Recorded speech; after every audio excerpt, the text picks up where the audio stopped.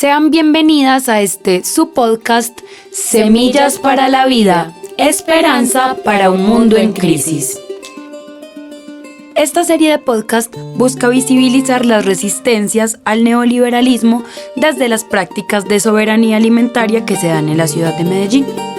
Lo que estás escuchando hoy es el resultado de la investigación para nuestro trabajo de grado de Ciencia Política de la Universidad de Antioquia. Para esto, estuvimos conversando con algunas personas que practican la agroecología y la soberanía alimentaria en Medellín para que nos dieran sus perspectivas sobre cómo se da la alimentación en la ciudad. Nos presentamos. Mi nombre es Nicole Quintero. Y el mío, Margarita Bando. Y durante esta serie de podcasts, nuestras voces les estarán acompañando en este viaje por nuestra cultura alimentaria. Esperamos que lo que van a escuchar pueda suscitarles múltiples preguntas sobre el mundo en el que vivimos, así que, adelante. ¿Alguna vez te has preguntado por qué en un país como Colombia, con montañas fértiles, ríos cristalinos y múltiples riquezas, donde la vida germina en cada territorio, comer bien no es un derecho, sino un privilegio? En este capítulo narraremos cómo se han transformado los sistemas alimentarios a partir del avance del neoliberalismo. Es decir, la forma en que una visión específica del mundo ha permeado la vida económica, política y gubernamental, y cómo esto ha generado cambios en la siembra, distribución y consumo de alimentos. Y en Colombia, el hambre ya no es un riesgo futuro, sino una realidad que amenaza la vida de millones de personas. Según la ONU, las zonas afectadas por la violencia armada y los desplazamientos podrían sufrir una crisis sin precedentes, siendo el Pacífico colombiano, con más de 3 millones de pobladores en situación de vulnerabilidad, la región de mayor riesgo de una hambruna. El neoliberalismo reconfiguró la lógica de los mercados y penetró en todos nuestros hábitos más cotidianos, entre ellos nuestra alimentación. Cada vez vemos más la inmersión del mercado global en nuestras dietas. Hamburguesas, pizzas y productos de consumo masivo reemplazan las cocinas tradicionales, olvidando siglos de cultura e identidad desarrolladas alrededor del fogón.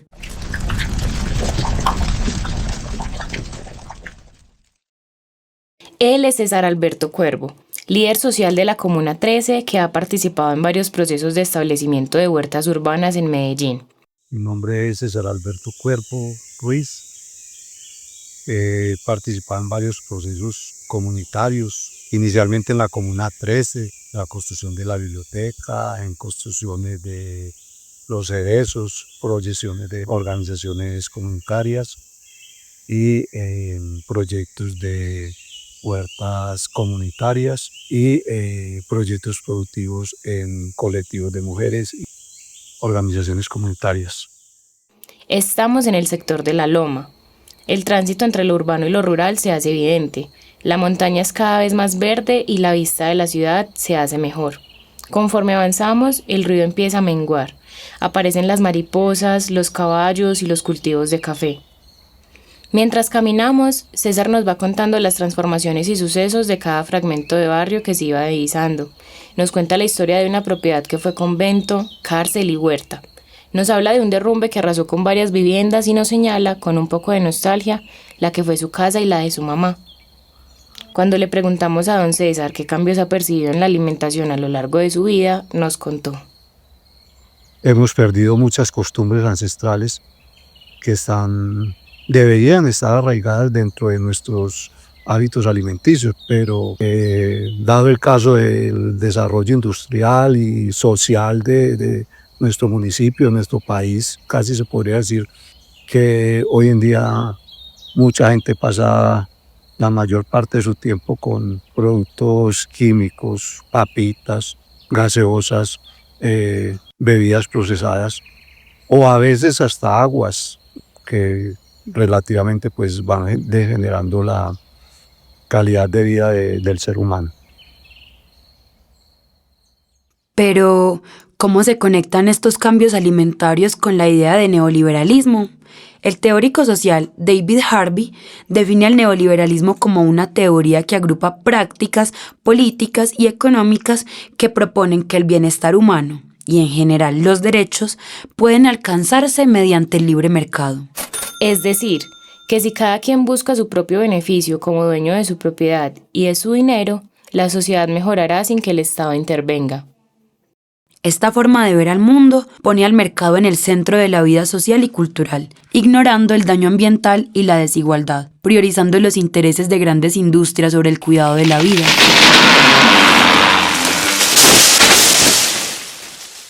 Este proceso termina privatizando todos los ámbitos de la sociedad, moldeando identidades y condicionando nuestras relaciones con el entorno.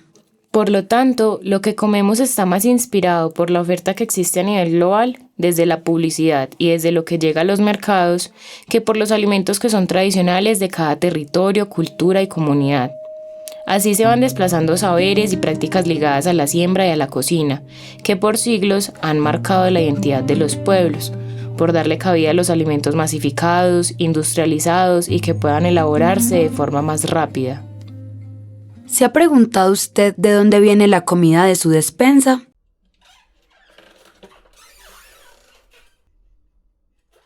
Le invitamos a que haga el ejercicio.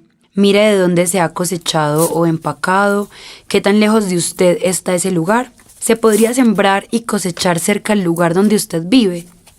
Este alejamiento del campo y la ciudad, de quien produce y de quien consume, no solo genera más costes de transporte y logísticos, sino que corta la conexión de las personas con los territorios, limita la concepción de la siembra y no se comprende el tiempo, el esfuerzo, el conocimiento y en general todo el cuidado invertido para que un tomate pueda estar en su nevera. Él es Tarcisio Aguilar, es agrónomo, nació en Belmira, Antioquia, pero vive en Medellín desde que era un niño. Bueno, mi nombre es Tarcisio Aguilar Gómez, hago parte de una organización campesina que es la Red Colombiana de Agricultura Biológica, que en el año 91 pues la conformamos en Colombia para poder promover la agricultura ecológica en Colombia, y en el año 2006 creamos una asociación para ese mismo propósito. En el ámbito de Antioquia, la asociación pues busca un poco generar políticas públicas para que el departamento de Antioquia tenga como un derrotero la agroecología dentro de sus planes de desarrollo. Tarcisio cuenta, desde la serenidad que lo caracteriza, que uno de sus pasatiempos es adoptar plantas. Su sonrisa, que le entrecierra los ojos, transmite mucha ternura. Trabaja con la Red de Semillas Libres de Antioquia, la Red de Agricultura Biológica de Colombia y está asociado a varias organizaciones nacionales e internacionales que defienden la agroecología y la diversidad de semillas. Con lo que nos cuenta don Tarcisio, una logra percibir que la manera en que se desarrolla la cadena de comercialización, los costes que implica esta cadena en términos logísticos y de transporte, termina por ser una desventaja para los consumidores y para los productores de alimentos, pues estos terminan viéndose reflejados en el costo final de los productos que llegan a su despensa. Está muy aislado el tema de los que están produciendo y los que están consumiendo, y eso hace que los costos sean altos. En los cálculos que nosotros hacemos con eso, más o menos un 30% de los costos de los productos se los lleva el transporte, por tener un transporte aislado. Si estuviéramos más juntos, tanto los consumidores y los otros, los productos podrían ser más económicos. Entonces, el neoliberalismo no es solo un modelo económico. Es una forma de organizar la vida donde el acceso a derechos básicos está mediado por la capacidad de compra, por el valor de cambio y por la acumulación de capital. Asuntos como las semillas, la tierra y la cocina se vuelven elementos que circulan en pro de la acumulación de capital y no del sostenimiento de la vida. Pensemos en que la domesticación de la agricultura ha sido uno de los grandes procesos de la humanidad. ¿Cuántas horas de observación tomó saber cuándo sembrar? ¿Cuántos humanos debieron recorrer el mundo para descubrir qué podía crecer en cada terreno? Comer no se trata entonces solo de sobrevivir, aunque esa sea su razón de ser principal, sino que ha sido una forma de relacionarse con el entorno humano y no humano. Ha construido dinámicas culturales, sociales y políticas. Ha estado asociada a prácticas espirituales y ha fundamentado dinámicas de poder. En un texto de 2023, publicado por Andrew Oftedhage en la Enciclopedia Abierta de Antropología, nos encontramos con que Para dar un ejemplo de cómo los sistemas alimentarios han consolidado dinámicas de poder, en el Valle del Moche, un lugar de gran importancia arqueológica en Perú, los sistemas de riego asociados a la agricultura permitieron centralizar el poder, pues de la administración de estos sistemas dependía la posibilidad de sembrar en ciertos lugares, poniendo la alimentación y por ende la vida de todas las personas a disposición de quienes controlaban el riego de los cultivos. Por toda esta complejidad que reside en el hecho cotidiano de alimentarse, como el lugar donde sembrar, las condiciones para hacerlo, la decisión sobre lo que se siembra, es absurdo pensar la comida solo desde su precio en el mercado. La tierra provee todo lo necesario para la subsistencia. Por eso es que hace millones de años, cuando la humanidad recién había domesticado la siembra del alimento, habría sonado a chiste pensar que alguien fuera dueño de una semilla y de la posibilidad de reproducirla, así como el agua embotellada es una burla para los grandes nacimientos de agua. En el mundo contemporáneo parece que nada queda fuera del mercado. Lo que antes era parte de la vida misma, el agua, la tierra, las semillas, hoy se negocia como mercancía. Y los esfuerzos de la ciencia en torno al agro no han servido para aliviar el hambre, sino para contaminar la tierra con el propósito de masificar los cultivos. Él es Juan Carlos Amaya, profesor del curso de Seguridad y Soberanía Alimentaria de la Escuela de Nutrición y Dietética en la Universidad de Antioquia. Tiene una gran sonrisa y su presencia transmite mucha calidez. Tengo un interés social o una ocupación por el hambre, por las personas que padecen hambre. Y desde hace muchos años he identificado que hay una realidad humana y una realidad local muy fuerte con la desigualdad.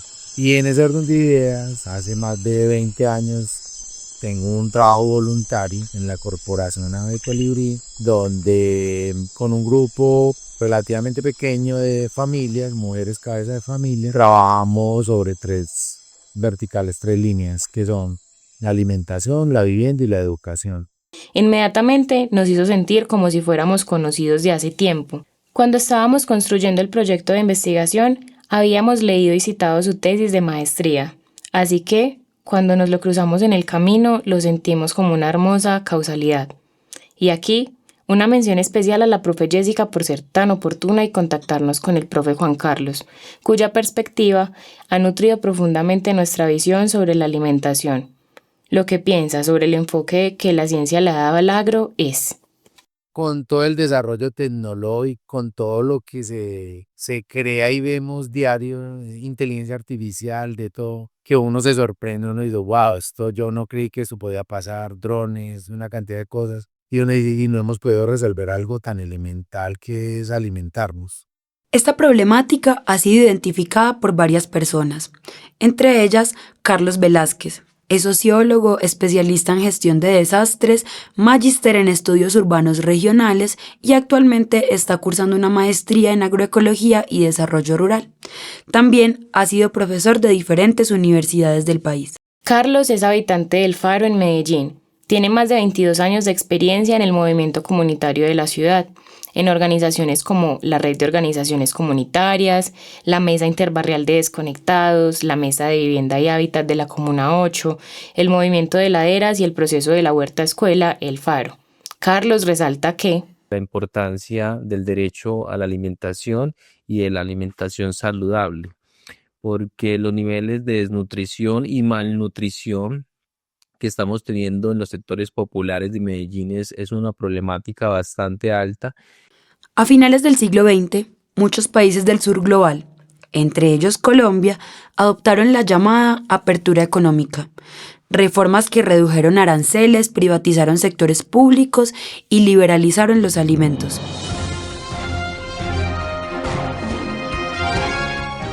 Para Colombia, la entrada en vigencia del Tratado de Libre Comercio con Estados Unidos abre para sus productos el mercado del mundo más grande de bienes y servicios, con 300 millones de habitantes. Y en las palabras del embajador Gabriel Silva, además, representa un triunfo sobre la lucha que Estados Unidos y Colombia han mantenido durante las últimas décadas en el combate al narcotráfico y el terrorismo. La promesa era el progreso. Nos dijeron que al abrir los mercados llegarían más productos, más empleo, más oportunidades. Pero pronto vimos el otro lado. La competencia desigual.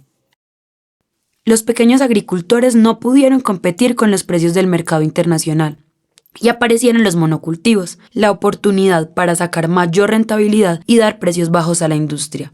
Claro, los intermediarios encargados de acercar el alimento a los consumidores terminaron sacando ventaja de la situación. La agricultura dejó entonces de alimentar comunidades y se orientó a la exportación. Palma, caña, aguacate, flores, productos rentables para el mercado global, pero que no alimentan a quienes los cultivan. De hecho, la labor agraria y campesina es cada vez menos atractiva para los jóvenes, y con razón. El campo vive profundas desigualdades políticas y sociales con respecto a la sociedad urbana. Entonces parece que el mensaje desde el gobierno y la sociedad es: ser campesino es un trabajo de segunda categoría. Desde la perspectiva de Juan Carlos, esta desigualdad no es un asunto gratuito, sino que es adrede. Precarizar la sociedad es un interés político, porque de alguna manera se somete, porque de alguna manera eres vulnerable, y eso para un sistema agresivo termina siendo de gran importancia que tu condición vulnerable para mí sea una condición a favor. En esta lógica, el mundo se dividió en dos. Unos países producen, otros consumen.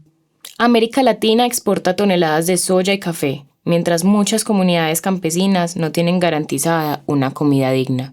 En mis caminares me pregunto, ¿qué tal si los abuelos se dieran cuenta? Que ya no sembramos maíz, sino que lo traemos de Argentina. Que ya no podemos comer yuca porque entonces nos hace daño. Así, los territorios del sur alimentan al norte, pero siguen vacíos. Producen abundancia para exportar y hambre para quedarse. Y entre las razones que nos convocan hoy está entender por qué los países que sostienen la vida han sido puestos en la base de la jerarquía del mercado. Manos partidas, surco tras surco, espalda torcida, sale el café, la caña, la fruta, pero en la mesa, ¿qué es lo que hay? Se va el banano, viaja la carne, llenan mercados más allá del mar, mientras la abuela sirve su hambre, caldo de aire, pan de esperar. Ella es Judy, trabaja en la Corporación Ecológica y Feminista Penca de Sávila como agroecóloga en la línea de la soberanía alimentaria. Es de San Cristóbal, uno de los corregimientos de Medellín, con una importante presencia de población campesina. Tiene un hermoso cabello rojo. Fuimos a verla en la Corporación Penca de Sávila, una casa de estilo clásico en Prado Centro. Nos contó que no le gustan mucho las entrevistas. Aún así, cada palabra que dijo nos dejó impresionadas y con una profunda admiración hacia ella. Bueno, entonces me presento, mi nombre es Judy Andrea Cano Gil, vivo en el corregimiento de San Cristóbal, pues prácticamente he sido campesina toda la vida. He vivido en el campo, pero no practicaba, ¿cierto? No sembraba, porque en la finquita o en el lugar donde vivían mis padres no había como un espacio pues como para siembra y nunca pues se me había ocurrido, ¿cierto? Yo pues desde muy joven, pues yo vivía en la vereda de San José de la Montaña, que es una vereda del corregimiento de San Cristóbal, y cuando yo salí del colegio, en ese tiempo, pues mis padres no me dieron la universidad, entonces me quedé como de 2 años sin estudiar. Y bueno, en ese tiempo yo hacía parte de un grupo juvenil de la vereda y en ese tiempo llegó pues la Corporación Penca de Sávila a acompañar como los procesos con jóvenes en la parte ambiental. A la pregunta de cómo cree ella que Medellín ha tratado a los campesinos, Judy responde: Para mí yo lo veo invisible, ¿cierto? Porque el campesinado está allí produciendo alimentos todo el tiempo, pero a veces no hay garantías. Por ejemplo, digamos, si el campesino pierde sus cosechas, digamos, por condiciones climáticas, no hay un apoyo, ¿cierto? No hay un apoyo para que ellos puedan recuperar sus cosechas. Porque uno lo que ve es que que el Estado que ofrece subsidios, más que todo préstamos, donde imagínense después de que yo perdí mi cosecha, me ofrecen un préstamo donde, ¿cómo lo voy a pagar? ¿Cierto? Mitad del siglo XX. El mundo intenta superar el trauma de 2 guerras. En 1948, el Banco Mundial dijo que los países pobres eran aquellos que tenían menos de $100 por persona al año. Con esto impuso una forma de ver el mundo, donde unos países, los ricos, se vuelven el modelo a seguir y los pobres aparecen como los que deben ser ayudados para llegar a ese nivel de desarrollo. Con esa idea del desarrollo, la Fundación Rockefeller llegó a América Latina, diciendo que venía a ayudar en temas de salud, infraestructura y finanzas. Así se expandió la llamada Misión Rockefeller, que promovió el discurso del desarrollo como la forma de mejorar la calidad de vida. Además, esta misión participó en la creación de varias facultades de agronomía en la región, incluida la de la Universidad Nacional en Medellín. Detrás de esa ayuda estaba el interés de abrir nuevos mercados y obtener materias primas de los países menos desarrollados. En este auge, el campo se mecaniza y los saberes campesinos se subordinan a los conocimientos técnicos. El campo y los ecosistemas se transforman en mercancía. En los años 60 y 70 llega la Revolución Verde, una apuesta por tecnificar el agro usando fertilizantes, pesticidas y sembrando monocultivos exportables para la labor agrícola. En esta época, la tecnificación del campo fue vista como el tránsito de una sociedad tradicional a una modernizada. Susan George explica que muchos países que antes producían su propia comida terminaron importándola, en parte por el discurso del desarrollo. En América Latina, la idea de modernizarse llevó a enfocar la producción en exportaciones para entrar al mercado global, dejando atrás la industria regional y la capacidad de abastecer sus propias necesidades alimentarias. Lo que parecía progreso trajo dependencia. Las comunidades dejaron de guardar semillas y comenzaron a comprarlas a empresas. Las multinacionales se patentaron como dueñas de las semillas y produjeron agroquímicos. Con los tratados de libre comercio, granos baratos inundaron los mercados y la producción local se volvió inviable. Miles de campesinos fueron desplazados. En Colombia, los conflictos por la tierra profundizaron esa desigualdad. Según el Plan Estratégico Maíz para Colombia, en los 90 la autosuficiencia era del 90%, para 2016 bajó al 26%, otra muestra de cómo el mercado global impone una cultura alimentaria. ¿Cómo es posible que uno de los elementos más característicos de la gastronomía colombiana como la arepa no tenga granos de maíz colombiano? Según David Harvey, vivimos un proceso de acumulación por desposesión.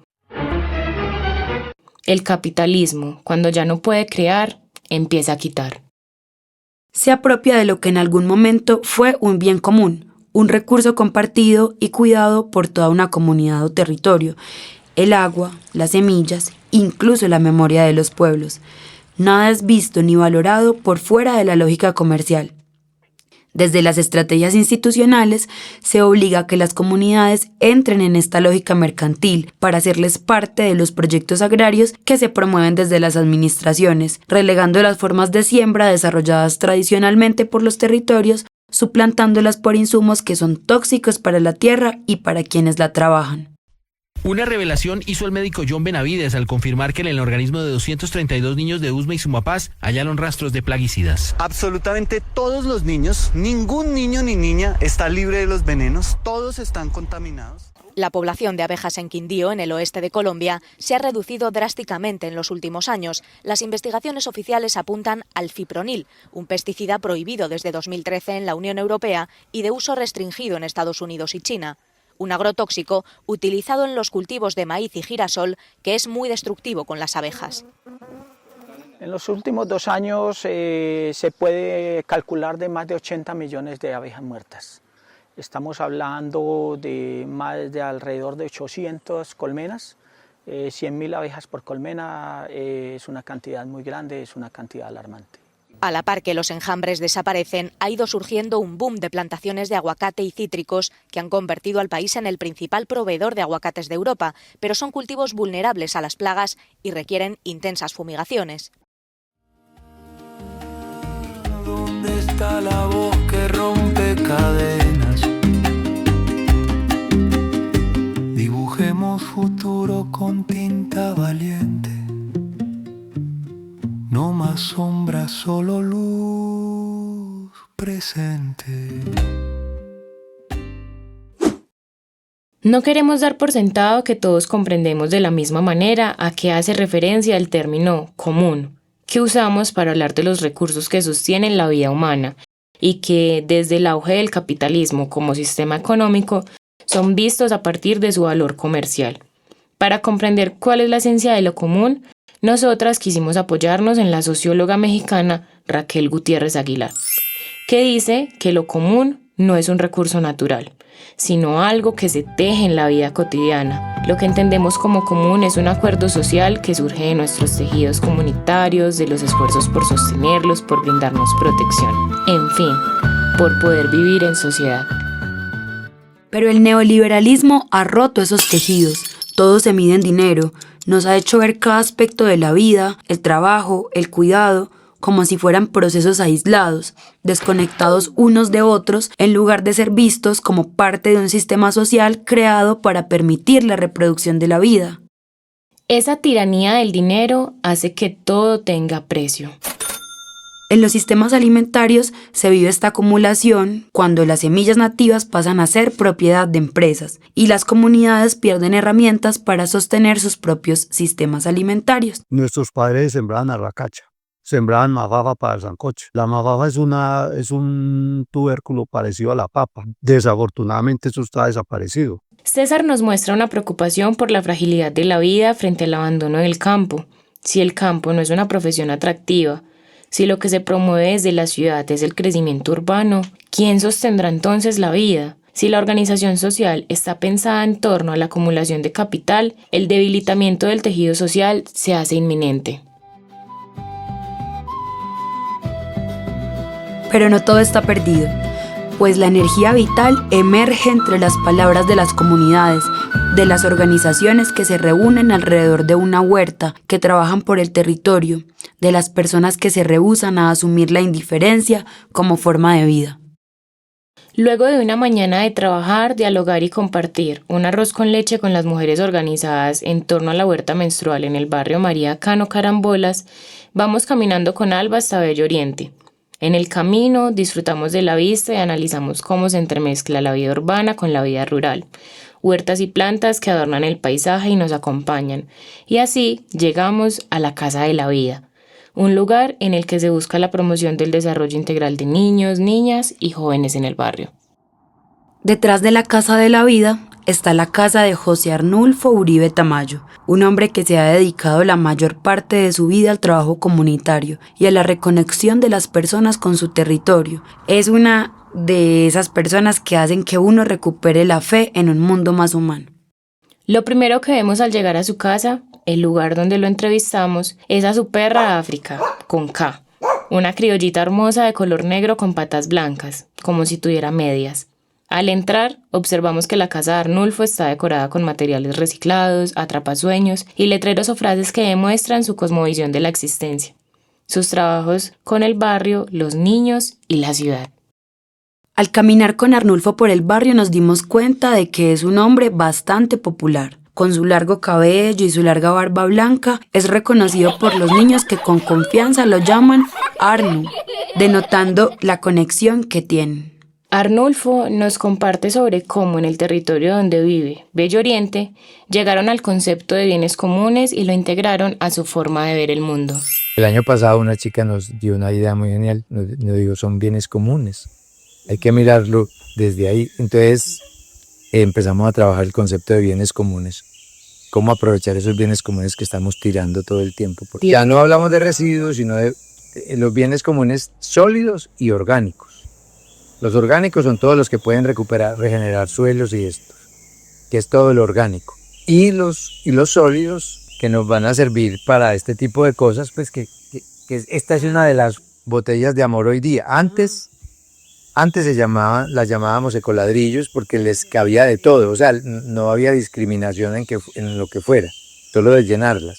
Entonces incluso acabé de ir con unas chicas que vinieron, aquí se está desarrollando en la Casa para la Vida, ya estamos terminando la tercera cohorte de cuidadores y cuidadoras de niños menores de 5 años con la Universidad de los Andes. Entonces, en ese ejercicio, pues ellas subieron a conocer y les estaba mostrando que hicimos con estas botellas, la Sala Mujer de Botellas, como un homenaje a las mujeres del barrio. Entonces, hemos hecho tanques, hemos hecho puentes, hicimos un puente sobre la quebrada La Madera, arriba entre San Félix y San Cristóbal. Y entonces, los sólidos, pues, pueden tener, la Sala Mujer es una forma de mostrar, por ejemplo, con el vidrio vaciamos todo el piso, con vidrio quebrado, en vez de triturado, fue con vidrio quebrado, que se vació el piso.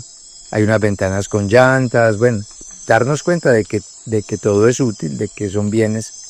O sea, es un recurso que no lo tenemos que tirar y que se convierte en un recurso pues, real. Pues. Entonces iniciamos con botellas de amor porque nos dijeron que podíamos hacer parques. Ya hay 4 parques en el barrio con botellas de amor. Pero Botellas de Amor no ha tenido la capacidad de recogernos, entonces hay que un hueco, porque la gente estaba muy motivada, incluso habíamos empezado a hacer trueques, vos me traías una botella llena y yo te entregaba una libra de lenteja, una libra de arroz, entonces era muy chévere y la gente se estaba entusiasmando, pero eso se cortó un poco por cuestiones de que se acumulaba mucha botella y Botellas de Amor no está recogiendo. Pero tenemos ya 4 parques, que es un buen testimonio, pero que necesitamos cómo lograr que se dé una continuidad. Con este aporte de Arnulfo podemos observar cómo se materializa el trabajo comunitario cuando nos hacemos conscientes del valor de la vida y buscamos así cuidarle y preservarle. Hemos recorrido cómo el neoliberalismo ha mercantilizado la vida misma, transformando los alimentos en mercancías. Vimos que lo que antes era común, la comida, la tierra, las semillas, hoy son objeto de apropiación, llevando a una crisis que no es solo económica, sino civilizatoria, donde la unión es necesaria para combatir el fenómeno de la individualización. Cuando estamos en esa conciencia, en esa unión, y hacia allá es que debemos volver. Desde aquí no hay razas, aquí solo hay la humanidad.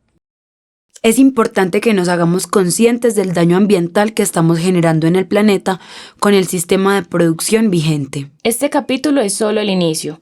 A partir de aquí, exploraremos cómo los pueblos y organizaciones proponen otros mundos posibles a través de la siembra, el cuidado y la soberanía alimentaria. En el próximo episodio hablaremos de la tensión entre seguridad alimentaria y soberanía alimentaria, 2 formas muy distintas de entender el derecho a la alimentación. Nos escuchamos en la próxima entrega de su podcast Semillas para la Vida, esperanza para un mundo en crisis.